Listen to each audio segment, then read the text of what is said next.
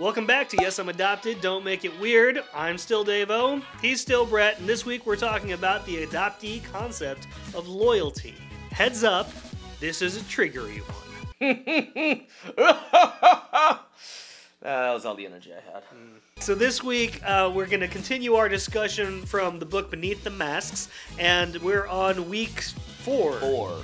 Week 4, which in this chapter is the chapter on loyalty. When you talk about loyalty within the adoption community, it is a very touchy subject. It's gonna get interesting.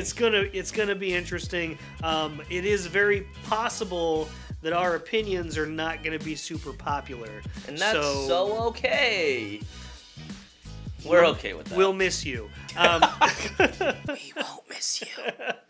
The concept of loyalty within the adoption realm usually revolves around the adoptive parent, right? And we kind of heard this a little bit. We talked a little bit before a couple weeks ago, the concept of being grateful. Right. Because gratefulness and loyalty kind of seem to go hand in hand when it talks about the adoptive parent. And so we're going to break down what it means to be loyal as an adoptee, who we are loyal to, and why. Is that what we're doing? That's what we're doing, Okay. Dave-O. If you say so. That's what we're doing. So, what is loyalty? Let's start out. We should ask Google. I wasn't prepared for that. According to Wikipedia, loyalty, in general use, is a devotion and faithfulness to a nation, cause, philosophy, country, group, or person. Well, that's been today's episode. Thanks for joining us on Word Definitions with Brett and Dave-O. I think it bears talking about that our perspective on all of these topics comes from where we come from. Yes. And our story is not going to be everybody's story. Our experience is not going to be everybody's experience. We've heard a lot of your stories and a lot of the things that you guys have said, and it's been really eye-opening and enlightening. We've studied a lot, and we've learned a lot about what's gone out there in the adoption community. So just so everybody's aware, where we're coming from is a place of relatively good mental health and a pretty solid family background, right? Yeah. So and which isn't to discount all of the things that have been done, right, and all the things that people have experienced.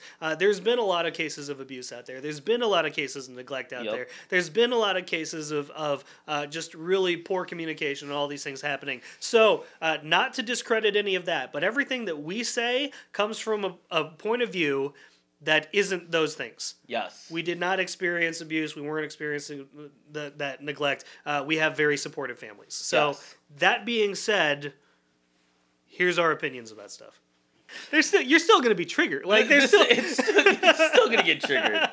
Okay, so the adoption concept of loyalty usually has to do with an adoptee in search or in reunion. Yes. Right? So adoptees that want to go and find their past or want to go and find their history or any sort of details or any of that kind of stuff, which we talked about last week. The adoptee that wants to do that in a lot of, I'm going to call them unhealthy relationships or relationships with parents or family members that haven't really dealt with their stuff yet, will see that as being either disloyal or as being ungrateful, right? Now, also in a lot of cases where families are healthy, adoptees themselves will never want to do or pursue any of that because we feel that that's being disloyal. Yes. Right? Being disloyal to our current family, who we love and are very attached or connected to. Right? Now, a lot of people are going to try to dispute that, but from my point of view, and mine, this is true. Yep. So, growing up, I was always very close with my family, with my parents and stuff. To this day, we talk and hang out. Probably a little too much. I love you, parents. Please don't get mad at me. Case in point. Yeah. Oh my God. I'm not trying to be unloyal to you. I'm just busy. It's not you.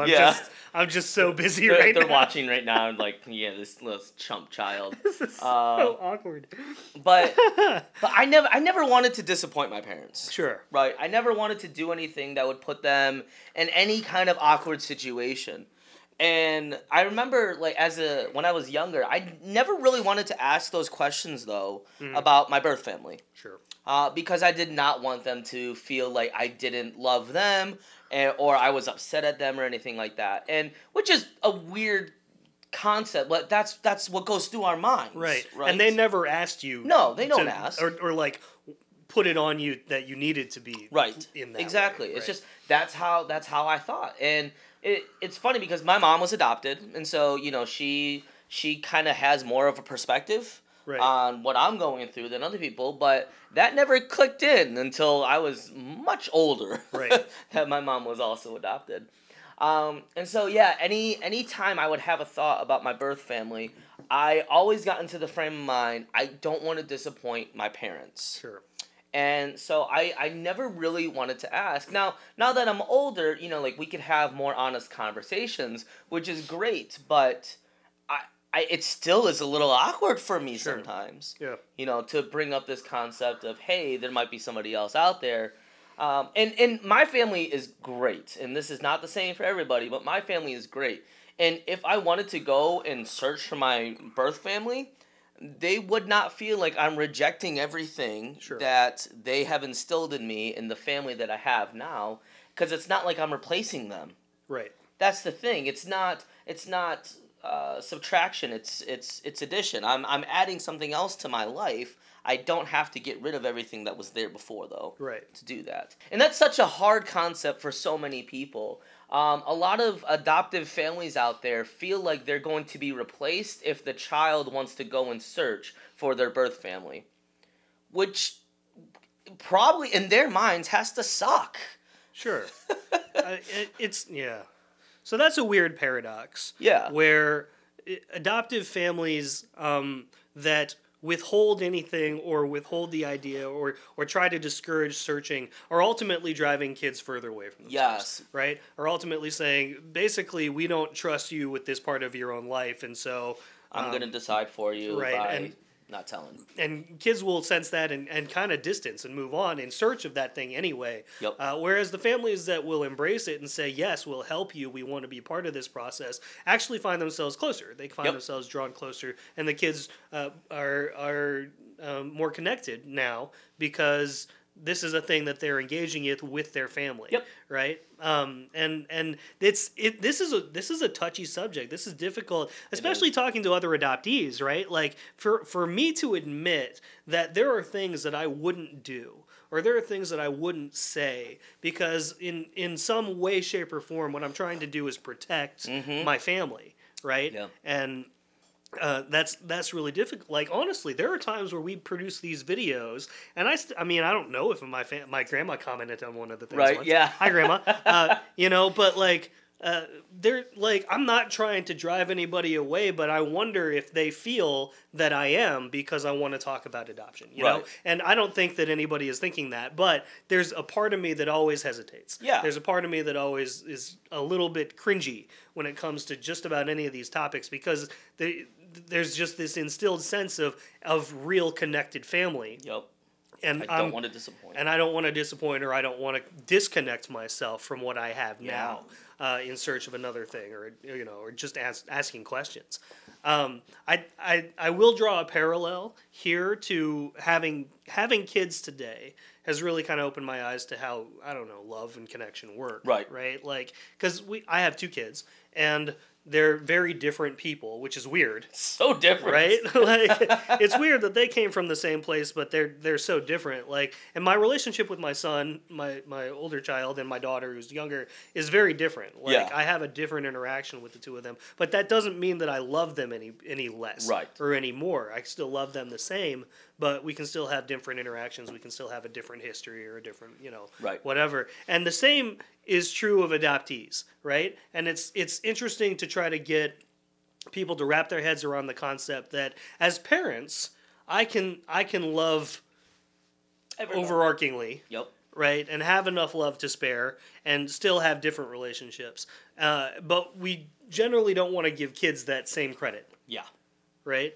But kids can do that. Kids have the ability to love their birth family and their adoptive family in the same degree, but differently. Just different. In a different interaction. That's it. And that's even saying that everything works out with reunion, right? Like, Yeah. and it may not. It may not. Largely, it usually doesn't, honestly. Right. I don't know that that's true. A lot of times it doesn't work out anyway. So, then whatever. And what do you fall back on if you've already kind of burned bridges because of not being supported or not feeling like that you were supported in the search to begin with? So, it's touchy, man. It's so touchy. Like, and we're expecting all the comments to come in and all the messages to come in. So bring them on. Let's do this. I will troll you. If they're mean.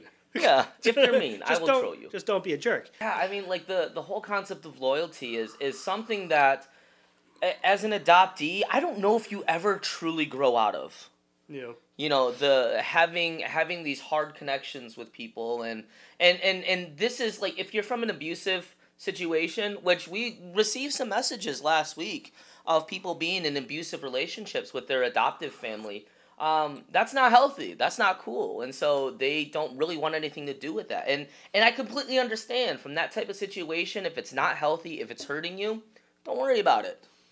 I mean, that's what it is. If you can work through it, try to work through it. But if you can't, just let it go. But those people, like, they end up wanting to search for their birth family because they have no attachments any longer. Sure. Whereas if you do have an attachment with your family, you are hesitant a lot of the times about searching. You're hesitant about putting yourself out there and saying there could be something else out there. Because a part of it, too, is you have this innate fear of rejection already. Sure. Because that's what adoptees we go through. We have this fear of rejection all the time. It's great. But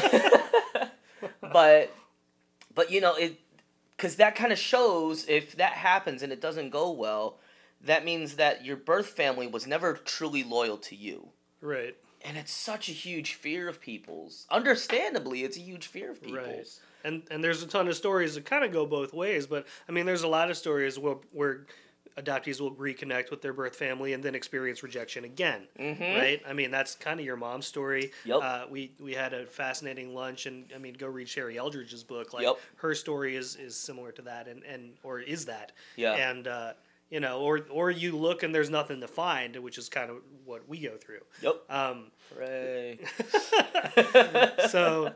Yeah, I mean, it's interesting because this is a thing that you can kind of make a blanket statement about insofar as that there are typically feelings of loyalty, but you can't make any blanket statement as to where those loyalties lie or what they mean specifically to any individual person. We usually try to address how whatever topic we're talking about affects the demographics that watch the show. Right? So for adoptive families, adoptive parents, and I've said this before, and we're going to continue to say it, your job is to be honest. Your job is to be open. And a lot of that means dealing with enough of your own stuff to be willing to essentially what your brain perceives as risk your relationship with your kid. Yeah. Because in that support is what actually will draw you closer or draw them closer to you and increase that connection, knowing that you care enough to want them to be whole. To want them to have as much information as they can. My parents, to this day, I remember very specifically times where they would ask if I wanted to look, if they could help me, if there was anything that they wanted that I wanted to do. And at that time, I never did. But now that I've got those opportunities, it's very freeing to know that they would have supported all of the things that we're doing. Right. Now. It almost gives you permission to go and do it. Right. Which is really cool. And and kind of makes loss and grief harder, but that's a whole nother subject. Right, that's a different one. So for the adoptees that are watching, there is nothing wrong with feeling a sense of loyalty. Because a lot of people will try to discredit and saying, you shouldn't be loyal to the family that swooped in and stole you from your family heritage and stuff. Like, can I make a real blanket ranty type of statement real quick? It's not like anybody's going to stop you. Yeah, I'm going to do it. And this is going to sound mean and it's going to trigger people, so get ready. For the most part, majority of us who are adopted were given up. And so for you to say, for other people to say, this family came in and stole you from this, that's not the case for the most part of adoption. You were given up at a point. And so, you know, you have to go through this whole thing of loyalty where you're building up trust with this new adoptive family and then going through this thing of like, okay, I want to start searching now for the family that did give me up. Like my mom, she gave me up. I had no say in it whatsoever. I was, you know, pre-verbal, 5 months old whenever I was adopted. So all this time before that, I was bounced around from place to place. And it's not like I can't have this feeling, or I don't have this feeling, that this white American family came in and just ripped me from my heritage. Because that's a lot of the content that we're seeing out there right now, especially from adoptees. And I understand some people are not coming from the same place we come from. I completely get that, and I don't discredit that at all. However, for you to say that all of you should ignore the adoptive family and then just search for your real heritage, I think that's a huge discredit to the adoptive family itself. Sure. And so we have loyalties to our families. Our families are great. You know, I love my parents. So I can't say that, you know, like I'm going to feel okay right now, you know, just going to look for other people, because I am loyal. And it's something that I might work through. And I'm still processing all of this stuff. Sure. Right? I'm still trying to figure out what all this looks like, even as we're recording this video. But if you as an adoptee are out there and that's how you feel, that's perfectly okay. Yeah. That's it. Yeah.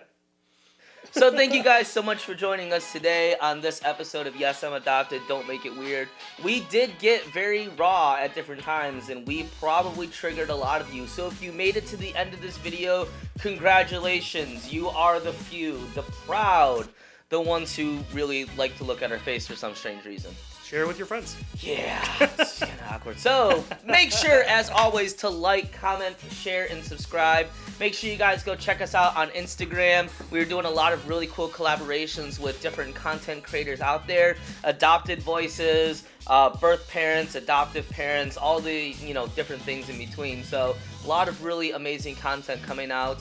And we keep alluding to merch, and I promise it is coming. I'm just very picky.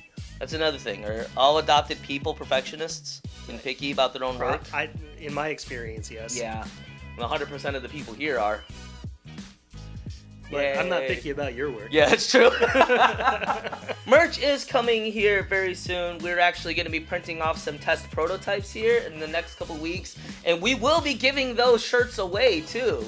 So get ready for that. We're going to have a little contest here to give that stuff away. So, as always, thank you guys for joining us. I'm Brett. That's Davo.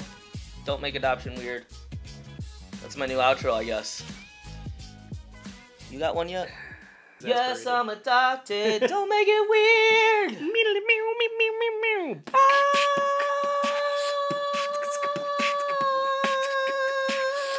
Adoption is weird. Rob, don't stare at me from the corner. Yeah. See ya.